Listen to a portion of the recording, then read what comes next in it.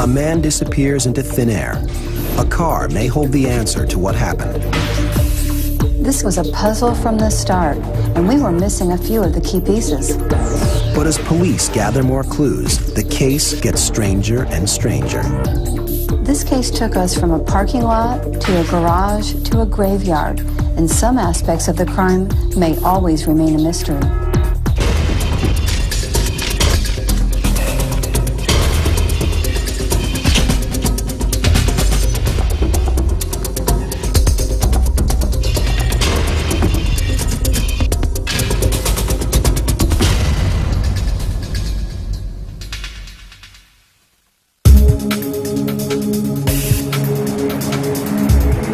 New Albany, Indiana, a small town just minutes from Louisville, Kentucky. Along Main Street, what you see is what you get.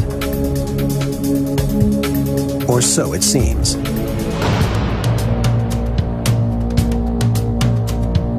Sunday afternoon, a woman reports that her husband has vanished. Melissa Humbert contacted the police department to advise that her husband was missing. Eric Humbert is approximately 27 years old. They've been married for 5 years. They have a son that Eric dearly loved. Melissa told investigators that her and Eric had fights, that nothing unusual had taken place with Eric around that time period. Her husband was last seen with a friend, Jonathan Whitesides. Jonathan Whitesides and Eric Humbert were good friends and worked together at the U.S. Geological Survey. The investigators went and spoke with Jonathan Whitesides, since he was the last person that had seen Eric. Jonathan advised that he played basketball with Eric at work. They left work at about 5 o'clock, and Eric was supposed to be going home. It's possible on his way home that Eric could have crashed or went down one of the hills and wasn't seen, had an accident and wasn't seen since. The investigation is handed to 28-year veteran Keith Widlow. He knows that finding Eric may not be easy. The police had searched some of the avenues that Eric might have taken. There's some pretty rough terrain in some of that area, some windy roads with large gullies on either side of the road. We're here to search for a man by the name of Eric Humbert. He's in his mid-20s, and he failed to return home yesterday afternoon from work. Police use a canine team to cover more territory. They search the river and the back roads, looking for any trace of the missing car.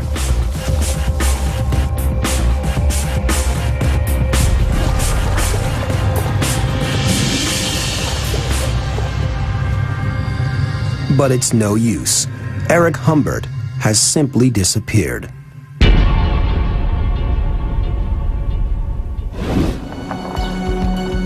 Then, a lucky break. A routine police check across town changes the course of the investigation. Eric Humbert's car was eventually found, had been abandoned in Louisville, Kentucky, behind an apartment house. Apparently a resident of this apartment house had noticed his car sitting there for some time. The car has been found, but not the owner. Has Eric Humbert just left town, or has something happened to him? Eric's car is towed to the police garage. Kyle Brewer hopes it holds the answer to Eric's disappearance. We again photographed it, opened the doors, photographed the inside. Then we looked the car over. We didn't see anything unusual. The car was in rough shape, so it's hard to see anything right off the bat. Till we got to the hatchback area. You can see what appeared to be blood in the blood back of the hatchback and the carpeting. Looked like it's pretty well soaked.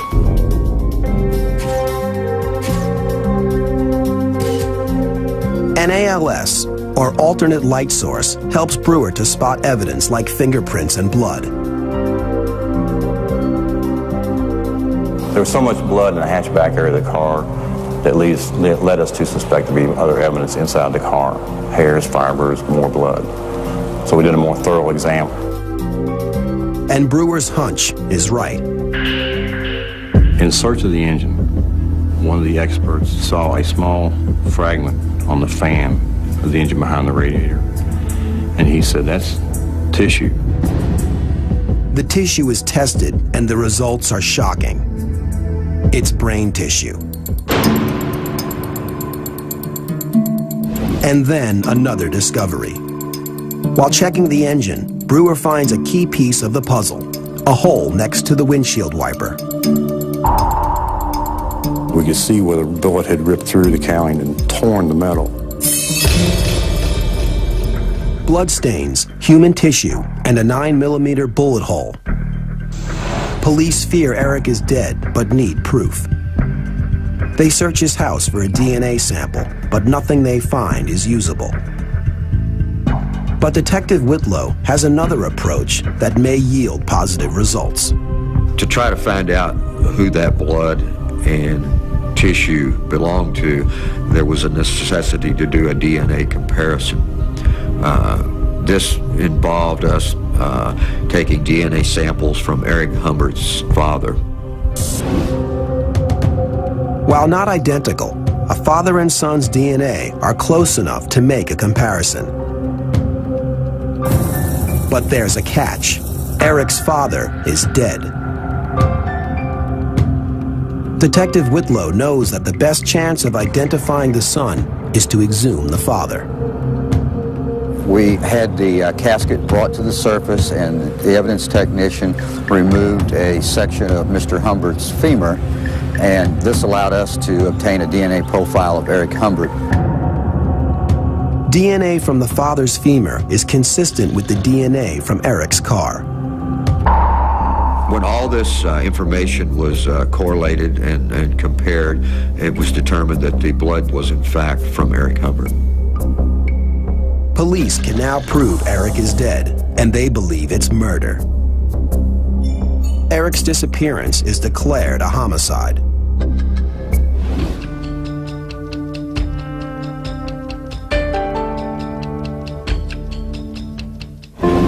Detective Whitlow knows that with minimal physical evidence, this case calls for a special kind of investigator, and he knows just who can help: criminal profiler Dale Hinman. When we first heard about this case, we felt like we were trying to make a jigsaw puzzle with only a few of the pieces. We were sure there were other pieces out there. We just needed to know where to look. Agent Hinman's experience as a profiler allows her to analyze the psychology of a crime by examining where it took place. But in this case, that isn't possible. The only part of the crime scene we had was the victim's car. We were hoping that what was found inside the car may help us understand what happened to Eric.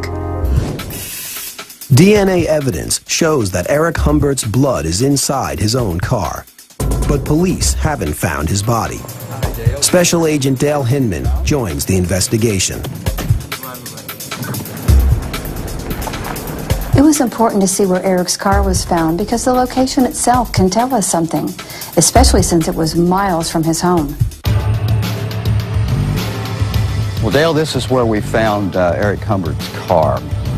Was any evidence discovered here at the scene? No, there was no evidence found here actually at the scene other than the car. Dale is curious about why the car was left in this particular location. Is it possible that it was here the entire time since the victim was missing? I would think that it probably was here, put here immediately after the crime was committed. He probably thought he could put it here and it would take a while for it to be discovered. Well, perhaps the offender moved the car to this location to delay the discovery of the crime. Dale doubts that the actual crime was committed here. Well, because of the way this neighborhood is situated with the houses close to this parking area, if some violent act occurred here or an argument, that somebody would have heard something. Right. But no one did. So it sounds like this crime must have occurred somewhere else, and then the vehicle was transported to this location. You have another crime scene somewhere yet to be located. Agent Hinman and Detective Whitlow head to the police station to look at Eric's car and talk to Investigator Brewer about his examination of the vehicle. Kyle, This is Dale. How you doing? Pleased to meet you. Well, Kyle and his team has went over this car pretty well, and they've discovered blood underneath the hood and also a quantity of suspected blood in the hatchback area of the car. Was any other evidence discovered? Yeah, there's also blood spatter on the engine, and we found brain tissue. Dale knows that blood spatter could be a crucial piece of evidence. Well, based on the spatter pattern inside the vehicle, could you tell what position the victim was in when the shot was fired? Yeah, we theorized he was in front of the car, facing the engine, either bent over or leaning over the engine. Was there any known mechanical problems with the vehicle? Dale, no, as far as we know, there was nothing seriously wrong with the vehicle. As a matter of fact, it was his daily transportation back and forth to work. But just because the car was drivable doesn't mean it was in perfect shape. Dale thinks there's a reason that Eric was leaning over. The victim must have been bent over the engine, working on the engine, or doing something, and the trajectory of the bullet is going forward. He would have had his back to the offender. Well, in order for him to turn his back on the shooter and bend forward in the engine, he must have felt really comfortable with this individual in order to do that. But they're still missing a body, and they aren't sure where the shooting actually happened. To discover that, Dale and Detective Whitlow returned to the neighborhood where Eric's car was abandoned, presumably by the killer. With the car being discovered in this part of Louisville, it's kind of a rough part of town. Our thoughts at that point in time that maybe someone had brought harm to him. But why is Eric Humbert's car in this neighborhood? An informant's tip may hold the answer. End up interviewing some confidential informants through the narcotics task force to see if anybody had any information concerning Eric Humbert. There was rumors that Eric Humbert was a substance abuser. And Eric's car was found next to a notorious crack house. Police make a plan to raid the house. Those inside are thought to be armed and dangerous. We're going to hit this crack house over here on Elm Street, shake it up a little bit, and see what we can come up with about Eric. Will a police raid provide the final piece of the puzzle and answer the question, what happened to Eric Humbert? Eric Humbert has been murdered, and police may have a lead in Louisville, Kentucky. The police heard that Eric Humbert may have been a drug user, and since his car was found near a crack house, they decided to raid the house to see if they could gain any new information. A block away from the crack house, police prepare for their next move. Officers separate into teams. Detective Whitlow gives the go signal. His team takes the front door. The other teams burst through the back.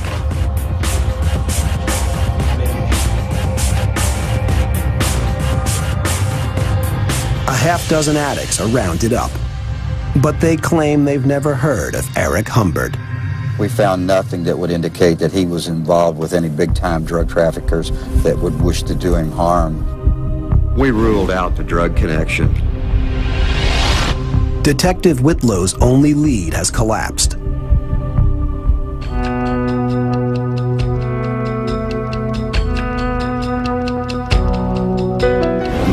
Whitlow calls Agent Hinman to go over the case one more time.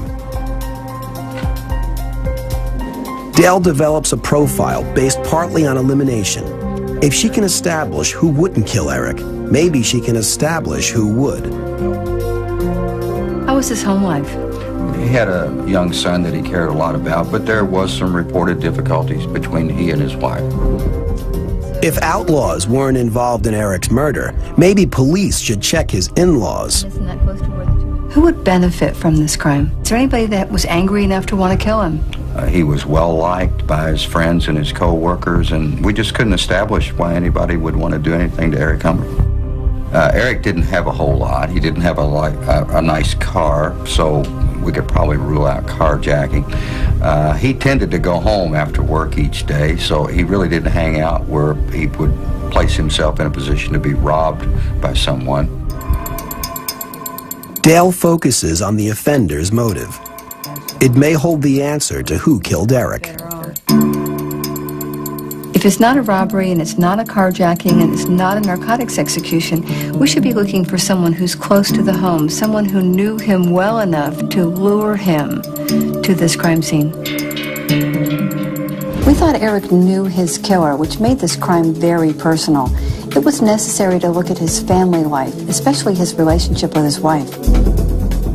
But police don't have to look very far. Melissa's co-workers call the station, and what they say puts a spin on the investigation.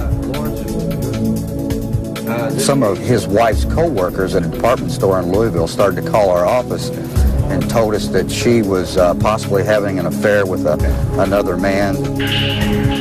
Detective Whitlow thinks that an affair might be the key to this investigation.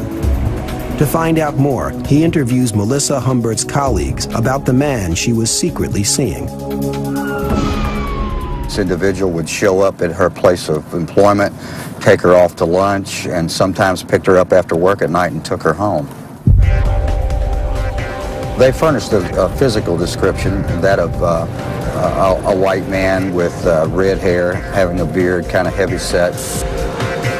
Detective Whitlow sends an officer to Melissa Humbert's residence to confront her. And when the door opens, it's not Melissa who's standing there, but it's someone police have seen before. Eric Humbert has been murdered, and police discover his wife Melissa was having an affair before he died. When police go to question her, they're shocked by who answers the door. It's not Melissa. It's the last man to see Eric alive. Jonathan Whitesides opened the door. That kind of threw up a red flag for investigators. Jonathan Whitesides matches the description of the man Melissa's co-workers reported seeing at their office. Whitesides was Eric's good friend, but he's also Melissa's lover. We never had a reason to believe Jonathan was involved, but when we learned about his affair with Melissa, we knew we had a new lead to investigate. Detective Whitlow requests a warrant to search Whitesides' house nearby, and it pays off.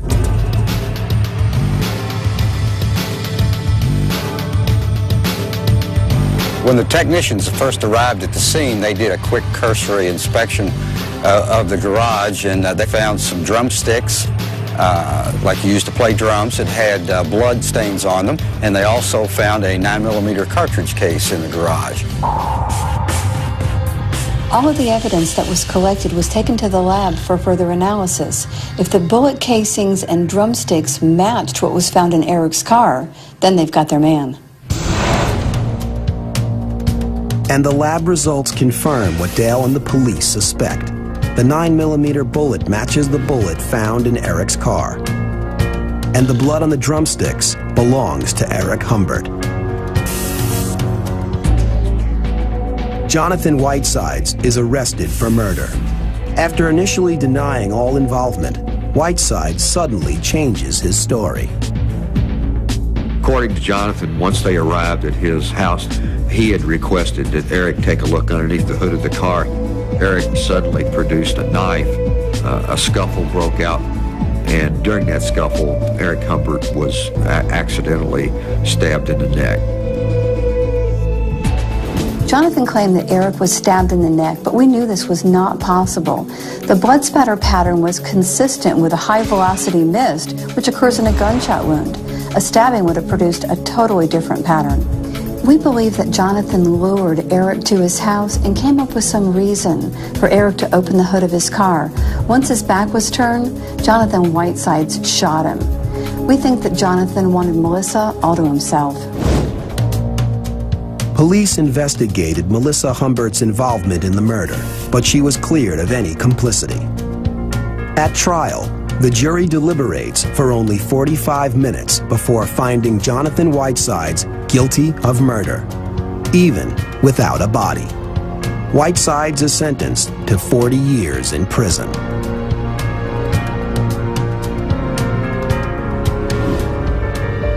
We're still looking for Eric Humbert's remains, and I'll never forget what Eric's mother said to me the day Jonathan was sentenced. She says, "Whatever you do, don't stop looking for Eric." Without the skills of everyone involved in this investigation, Jonathan Whitesides may have gotten away with murder. He thought that by getting rid of the body, he could eliminate all the evidence. He was wrong.